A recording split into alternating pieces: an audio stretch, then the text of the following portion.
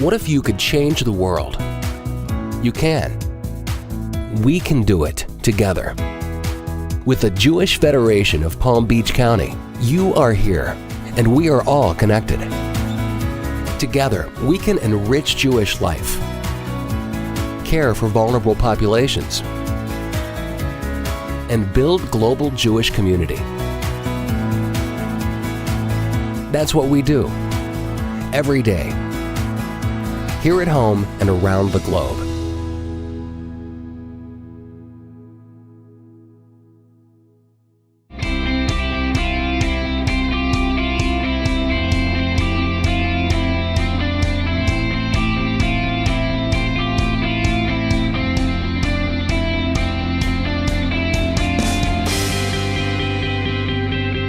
Hello, my name is Barbara Kay, and on behalf of my co-host Susan Pertnoy and the Jewish Federation of Palm Beach County, I'd like to welcome you to our program, Mosaic. Today's program will feature the Mandel JCC's Bookfair Festival.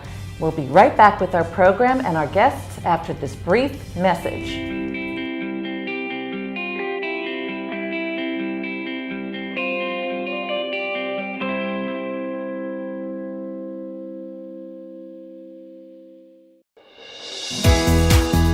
What if you could change the world? You can. We can do it together. With the Jewish Federation of Palm Beach County, you are here, and we are all connected. Together, we can enrich Jewish life, care for vulnerable populations, and build global Jewish community. That's what we do, every day, here at home and around the globe.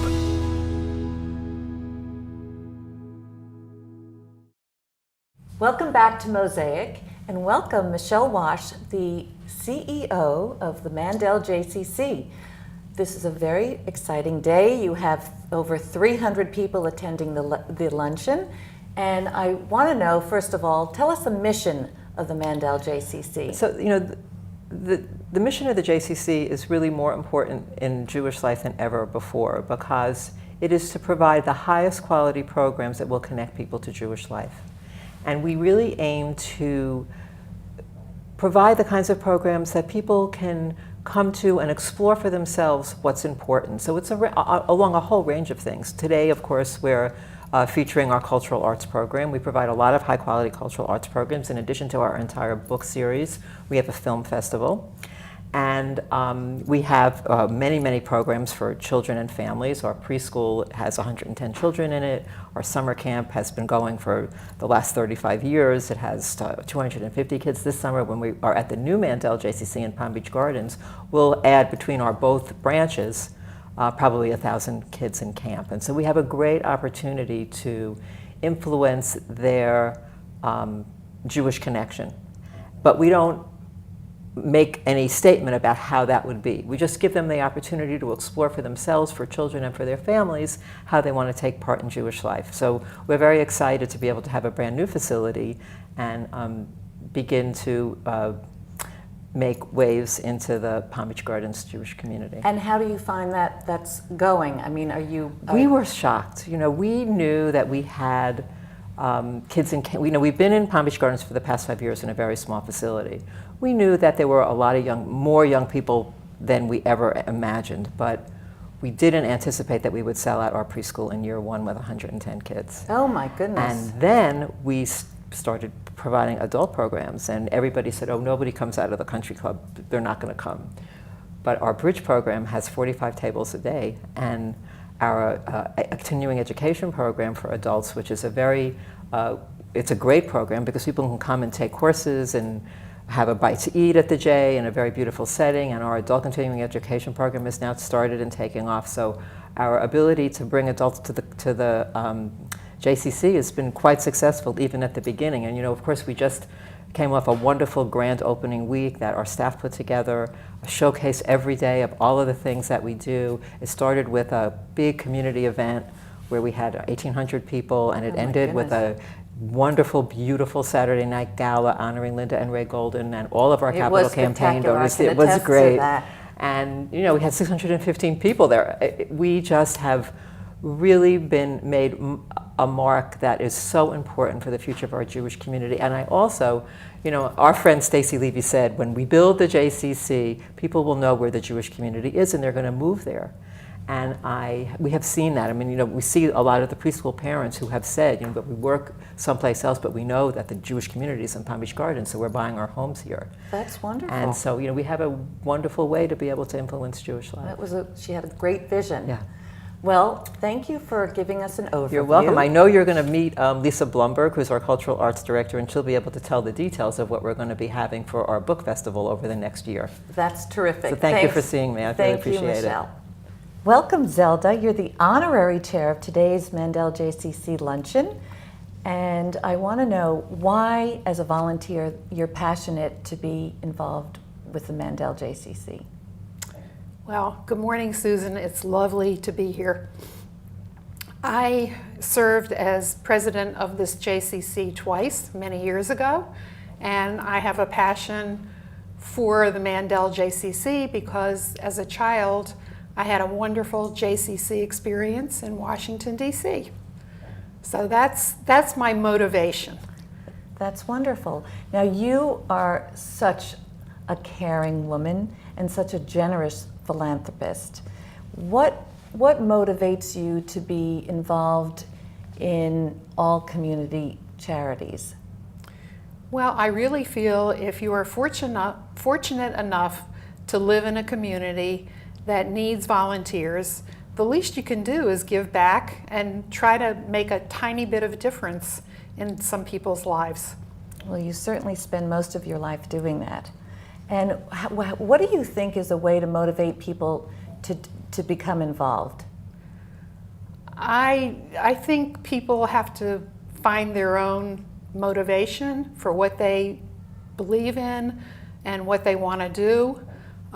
There's so many opportunities here, but the Mandel JCC got off on such a tidal wave last week that I think it should be easy to motivate people to get involved with the J and become active because there's so many committees that you can become active in. Zelda, who are the chairs of today's event?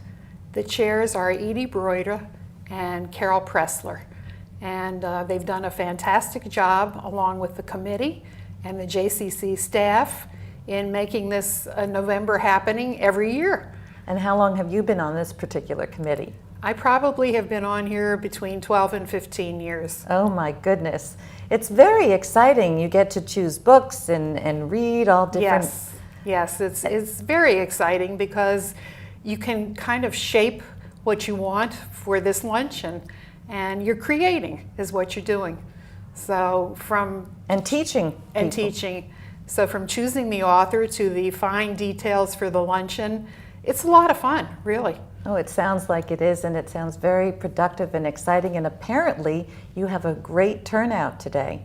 I understand we have 350 plus. That's amazing. Well, this is going to be an exciting day, and congratulations. Thank you. And it's good to be with you. Yeah, always good to be with you. Thank you. Welcome, Lisa Blumberg, the Cultural Arts Director of the Mandel JCC. It's wonderful to have you here. Thank you, Susan. It's a pleasure to be here. Good. I know that this is a very big occasion, and you're working very hard, so I'll just keep you for a few moments. Can you tell me how the book fair evolved? Certainly. We go to New York and we meet for 1 week in the spring, and we meet over 200 authors. I call it speed dating because the authors have truly 2 minutes to pitch us. And then we come back as a committee and we talk about who we saw and who presents well and who we'd like, and we were wowed by Leslie. So and her book, of course. And she speaks beautifully, and that's She really does. Yes. But how do you choose the other books? I choose the other books I have a committee that reads books, and I have 15 committee members that went up to New York with me. Every night we have dinner. We talk about who we liked, who was strong, who would capture an audience, because we have to make sure that they can really present. So, That's- yeah. No, that's wonderful. And what other programs do you have on the calendar for this year? A lot. This is our biggest, of course, with almost 400 people. This is our signature luncheon. I have a wonderful event on December 9th called Celebrating Sisterhood. This year we're doing it at Temple Emmanuel. It involves 5 area sisterhoods. We come together for brunch, and I'm having a fascinating author by the name of Lynn Povich, who was a rebel in the early 70s at Newsweek magazine when women were fighting for equal rights. Well, it sounds like you really have an interesting job. I do. Lisa, tell me about some of the other events you have. Well, we're bringing in an author for an event at the Norton in February. The book is called The Art Forger. It won many awards. Her name is B.A. Shapiro. And I am selling tickets really fast for this event. And then, of course, we provide a tour of the Norton at the same time, and it's lovely. And then we have a new concept of a program called Novelties. Novelties takes place in people's homes. Oh. About 50 women go to the homes and they listen to an author. So it's like a little book club. Yes, it is. It's like, it feels very intimate and private. And we have tea. It's with tea time. And people are calling from up north. Before they get here, they want to make sure they get a spot. So that's an absolute pleasure. That's wonderful. Lisa, you certainly have a wide range of programs available for the community, and they're very exciting. Yes. Thank you so much for joining us. My pleasure. And we look forward to this luncheon today. And we'll be back with Leslie Maitland right after this brief message. What if you could change the world? You can. We can do it together. With the Jewish Federation of Palm Beach County, you are here, and we are all connected. Together, we can enrich Jewish life, care for vulnerable populations, and build global Jewish community. That's what we do, every day, here at home and around the globe.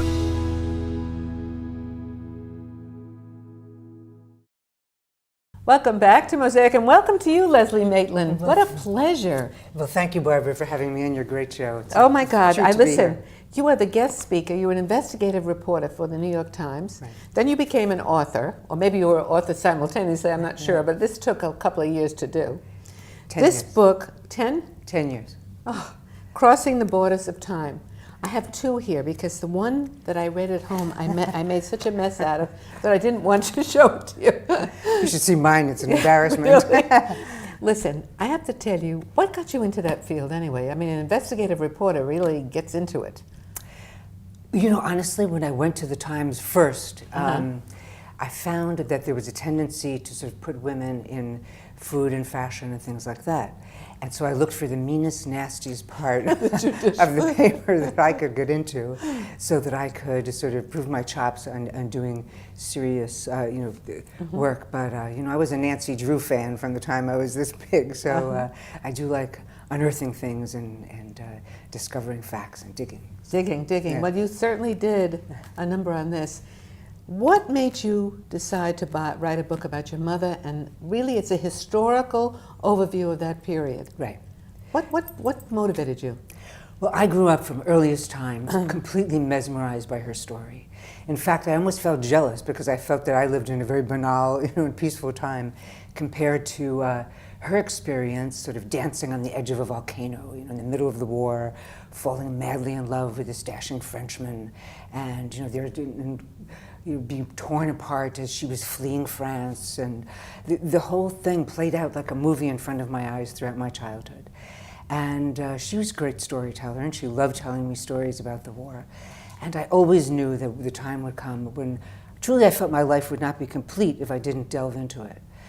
But once I got started, and I realized how much even I, as the daughter of a survivor, did not know. And then realized how much my friends did not know really about that period, particularly in France.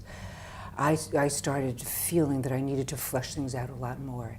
And then I have to say, much as Rick says to Ilsa in that incredible last scene of the in movie Casablanca, he says, the problems of three little people don't amount to a hill of beans in this crazy world of ours.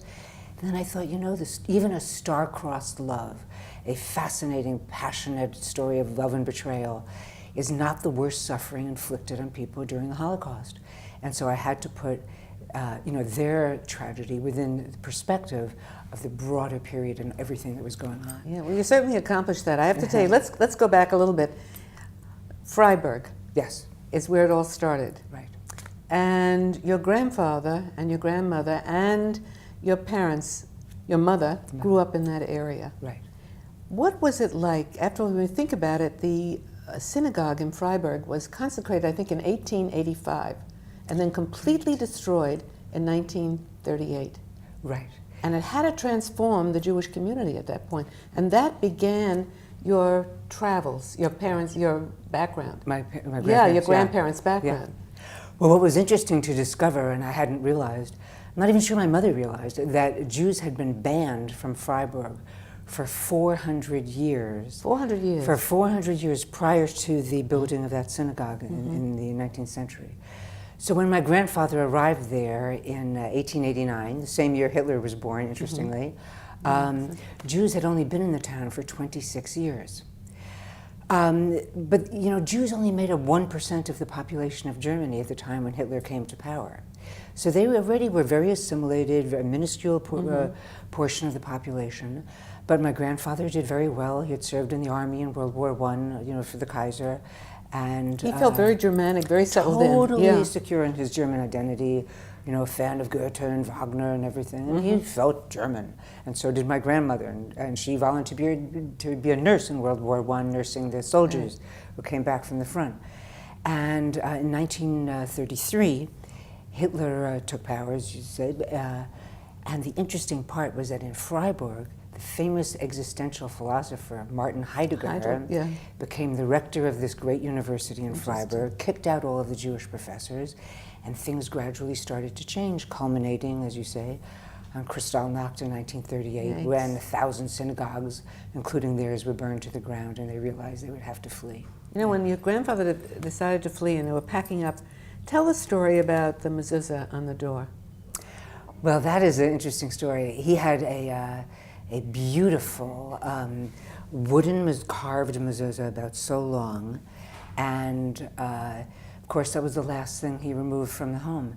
The archivist in Freiburg told me that they were incredibly lucky that although they were allowed to leave with only the equivalent of $2.50 per person, because they left shortly before Kristallnacht, they could take their possessions, their household possessions. So they were packing the truck, and he went, and the last thing he took down was the mezuzah, which is now on my mother's door in Maryland, actually. Something which really was a major help for you. Your parents saved so much memorabilia that you had opportunity for personal research that you could use. You're so right, but it's funny you say your parents, because what was funny in doing the book is that because I look a lot like my mother, and because I knew all of her stories wherever I went. You do, actually. There are photographs in there. People always said to me, your parents, or when you left. And I always have to say, no, actually, that was my mother. And even in one little town in France where I tracked down a man who had been very helpful in enabling the family to escape, the man greeted me and he said, oh, I've always had a terrible crush on you. Of course, I'd never met him before, but he was confusing me with my mother. Your mother. But it's interesting that first of all, you went back with your mother and your family on a trip with your father. At that time was in a wheelchair. Right. And you were covering the event for the New York Times. Right. What did you feel? What was the feeling like to be back there? Meeting the people that really or the children of the people that really destroyed your parents' life and upside down. Right. What was your feeling about that? It was amazing, and I have to say at first I was somewhat bitter and angry. I felt at the outset that I was walking on blood-soaked ground. And when I would walk past cafes with people drinking beer and eating wurst, I would think, they're having a great time. They're not even remembering what happened here, you know. And so my first encounter initially in the first couple of days was a little off-putting. And I had never anticipated that we would go. When my mother suggested it, it was as if I could have sooner believed if she said, we're going to the moon for the weekend, really, because I never imagined that she would want to go. Interesting. And when, in fact, we were there on a Friday night, and she and I had taken a walk, and there was going to be a service for Shabbat in the new synagogue, which she didn't know where they had built it. And I stopped someone on the street to ask directions to the new synagogue. She was horrified, and she said, "Shh, don't tell them you're Jewish." Right. Oh my God, she was very, very worried about that. So that was the beginning. But of course, we had been invited back by the mayor of the town, who, as many German cities have since done, was seeking to create reconciliation programs with former Jewish citizens who had fled during the Holocaust, to invite them back, to show them how Germany had changed, to create situations in which they could meet townspeople, could talk to children and teachers, and see a face of a new and much more compassionate Germany. Yeah. So really, during the time I was there, my views really were changed a great somewhat. deal. A great deal. I would think so. Yeah. You know, it's interesting how you started with this search for your mother's love. Yeah. Roland, Right. a non-Jewish fellow that she fell madly in love with. They both did. I mean, in love with each other. Your father was dying, and you decided to go search for your mother's long-lost love. You were very close to your mother, you still are, and she told you all the stories. I mean, that's how you learned about life, about what her life was like. And then you decided to go back, and then you went to Roland's sister to explain what happened.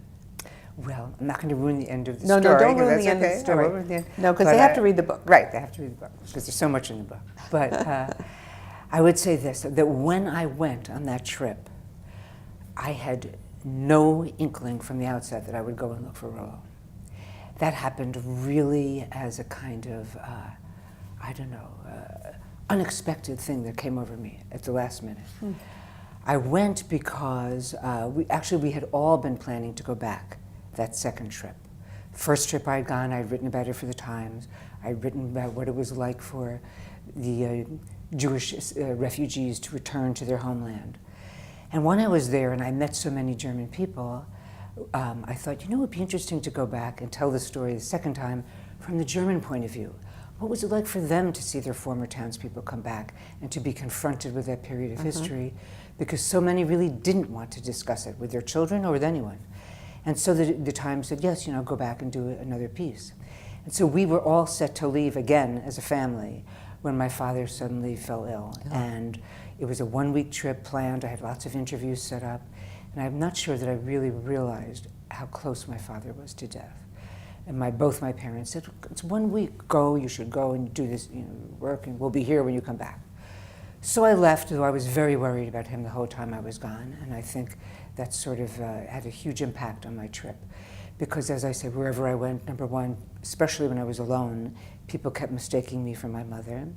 I wound up staying in my grandfather's former home. And then I kept encountering these odd anti-Semitic episodes. I was thrown out of the factory that had been my grandfather's when I went to interview the new owner, who actually his father had taken it over from my grandfather, and I just wanted to talk to him about that, but he physically ejected me.